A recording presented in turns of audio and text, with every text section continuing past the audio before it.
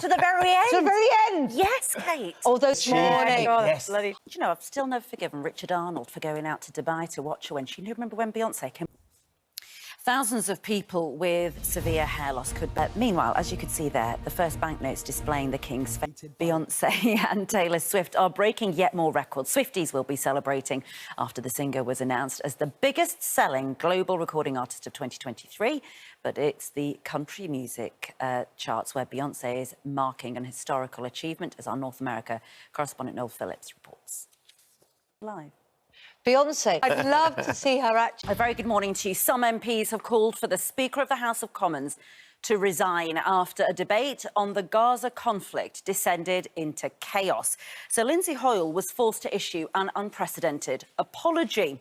MPs were voting on a motion by the SNP calling for an immediate ceasefire in Gaza.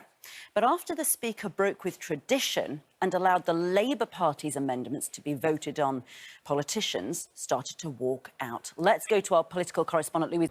Millions of parents who've experienced the devastation of a miscarriage before 24 weeks will today be able to apply for a certificate to recognise their grief. It's one of over 70 recommendations the government has approved to help the 25,000 families affected by the loss of an unborn baby every year. Here's Liz Summers. It's emerged that local councils have no idea what has happened to more than 10,000 children who have left state education in the last 2 academic years, this according to a report by the Children's Commissioner.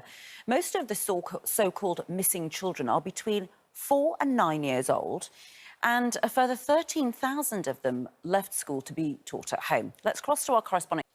Britons have donated £426 million to help Ukrainians 2 years since the start of the Russian invasion. The Disasters Emergency Committee used the funds for food, shelter and healthcare in the war-torn country and for neighbouring refugees. Our chief correspondent is one of them because, my goodness, I was hooked on this yesterday. What an extraordinary drama unfolding. And it needs explaining, doesn't it? Because it is really about the sort of nooks and crannies of democracy, doesn't it? It's sort of the points of order are important here.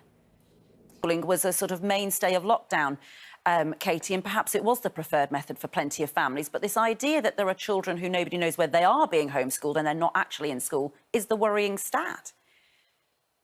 Continued destruction